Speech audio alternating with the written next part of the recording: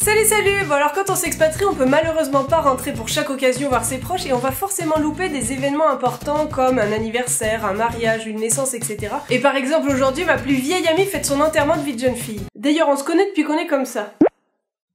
Bref, tout ça m'a donné envie de lister tout ce que je loupe quand je peux pas assister à un enterrement de vie de jeune fille ou aller à un mariage. Alors un enterrement de vie de jeune fille ou de garçon, c'est le prétexte idéal pour faire une soirée entre mecs ou entre nanas. C'est un peu comme pour Las Vegas, ce qui se passe à Vegas, reste à Vegas. C'est toute une organisation et en général les filles elles vont faire un truc où tout sera minuté alors que les gars c'est très aléatoire. Il y en a certains tout sera minuté mais d'autres c'est on va se laisser porter. Une année j'ai dû fuir mon appart parce que mes colocs avaient organisé un enterrement de vie de garçon à la maison, ils avaient ramené le futur marié ligoté, on a vu de vrais flics arriver à la maison pensant qu'ils avaient vraiment kidnappé quelqu'un, ils sont restés des heures à chiller à la maison, à lui faire bouffer des trucs dégueulasses et après sont allés aux danseuses. C'était bref, sommaire, mais voilà. Entre temps ils ont quand même réussi à casser une chaise à la maison. D'ailleurs en parlant de danseuses, c'est encore super courant que les filles ou les gars aient droit à un striptease pendant leur enterrement de vie de garçon ou de jeune fille.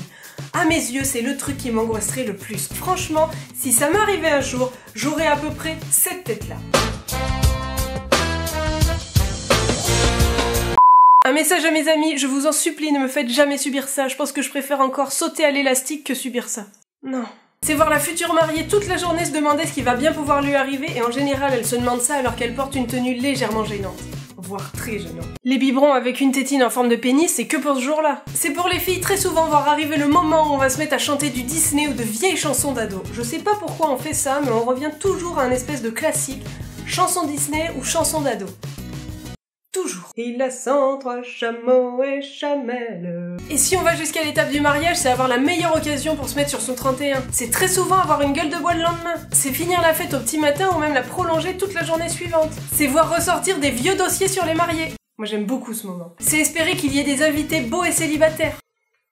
Voilà. C'est voir une personne qui a bien trop forcé sur le punch vouloir faire danser tout le monde. Et en général, cette personne-là, elle va venir essayer de me faire danser moi. Je sais pas, ça doit être marqué sur ma tête que je sais pas danser, donc on va toujours essayer de me faire danser. Mais non!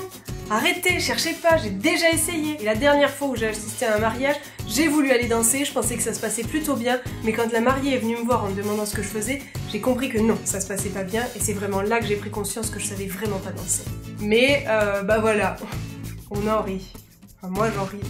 Je ris limite plus de sa tête. C'est pour toutes les célibataires ou non mariés devoir subir le lancer du bouquet. Ça c'est gênant. C'est voir des mecs en fin de soirée avec une cravate autour de la tête.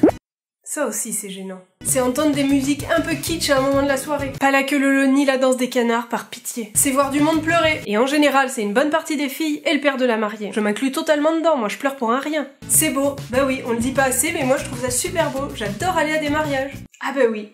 C'est l'occasion où tu peux utiliser et abuser de ton klaxon. Et c'est l'occasion de voir plein de gens que t'as pas vu depuis longtemps. Puis ça c'est tellement chouette. Bref, assister à ces deux événements, ça représente tout ça pour moi. Si je pouvais, j'assisterais à chacun des événements auxquels mes proches, ma famille m'invitent. Je peux pas faire de déplacement pour un anniversaire, une naissance, etc. Même si j'adorerais, mais vraiment quand on est expatrié, c'est pas parce qu'on peut pas se déplacer qu'on pense pas aux gens. Au contraire, on pense encore plus aux gens et on se dit qu'on adorerait le faire avec eux. Et ça y est, je recommence à être émotive. Camille, on se contrôle, s'il te plaît. En tout cas, je souhaite un très bon enterrement de vie de garçon et de jeune fille à tous ceux qui vont le subir, un très beau mariage aussi, pourquoi pas.